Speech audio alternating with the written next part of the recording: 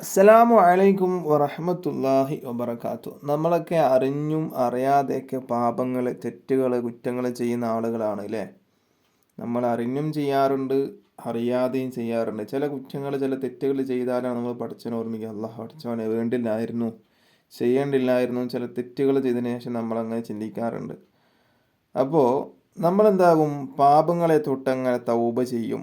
ഇതൊരു സ്വപ്നത്തിൻ്റെ വ്യാഖ്യാനമാണ് പറയുന്നത് കേട്ടോ. ആ സ്വപ്നം കണ്ടാൽ അതിൻ്റെ വ്യാഖ്യാനം എങ്ങനെ ആയിരിക്കും എന്നുള്ളതാണ് പറയുന്നത്. നമ്മൾ പാപങ്ങളെ തൊട്ട് എന്താകും, തൗബ ചെയ്യും. പിന്നെയോ നമ്മൾ മാതാപിതാക്കളോടുള്ള, അതുപോലെ തന്നെ കൂട്ടുകാരോടുള്ള കടമകൾ വീടപ്പെടും. നമ്മൾ വീട്ടേണ്ട കടമകളുണ്ടല്ലോ, അത് നമ്മൾ എന്താകും, വീട്ടിൽ കൊടുക്കും. നമുക്ക് മാതാപിതാക്കളോടുള്ള കടമകളുണ്ട്, അയൽവാസികളോടുള്ള കടമകളുണ്ട്, കൂട്ടുകാരോടുള്ള കടമകളുണ്ട്. ആ കടമകളൊക്കെ വീട്ടപ്പെടും. ഇതേത് സ്വപ്നം കണ്ടാലാണ് ഇതിൻ്റെ വ്യാഖ്യാനം എന്നുള്ളതാണ് സംസാരിക്കാൻ വേണ്ടി പോകുന്നത്.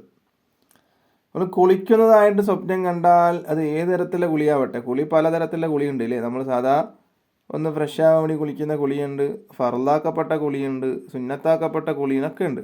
അപ്പോൾ നിർബന്ധ കുളിയാവട്ടെ, സുന്നത്ത് കുളിയാവട്ടെ, ഇതിൻ്റെ വ്യാഖ്യാനം എന്തായിരിക്കും? നല്ലൊരു വ്യാഖ്യാനം തന്നെയാണ്. മഹാനായ ഷെയ്ഖ് ഇമാം നാബിൽസി എന്നവർ അവിടുത്തെ കിതാബിൽ 403 പേജിൽ പറയുന്നുണ്ട്, ശുദ്ധിയുള്ള വെള്ളം കൊണ്ട് കുളിക്കുന്നതായിട്ട് ഉറക്കിൽ ഒരാൾ സ്വപ്നം കണ്ടാൽ, അത് നിർബന്ധ കുളിയാവട്ടെ, അല്ലെങ്കിൽ എന്താവട്ടെ, കുളിയായ ജനാബത്താവട്ടെ, അല്ലെങ്കിൽ സുന്നത്ത് കുളിയായ ജുമാ കുളിയാവട്ടെ, ഏത് കുളിയാവട്ടെ, നമ്മളെ പാപങ്ങളെ തൊട്ട് തൗബ ചെയ്യും എന്നതാണ് അതിൻ്റെ വ്യാഖ്യാനം. അപ്പോൾ കുളിക്കുന്നതായിട്ട്, നല്ല ശുദ്ധിയുള്ള വെള്ളത്തിൽ കുളിക്കുന്നതായിട്ട് സ്വപ്നം കണ്ടാൽ നമ്മളെ പാപങ്ങളെ തൊട്ട് നമ്മളെന്താകും, തൗബ ചെയ്യും.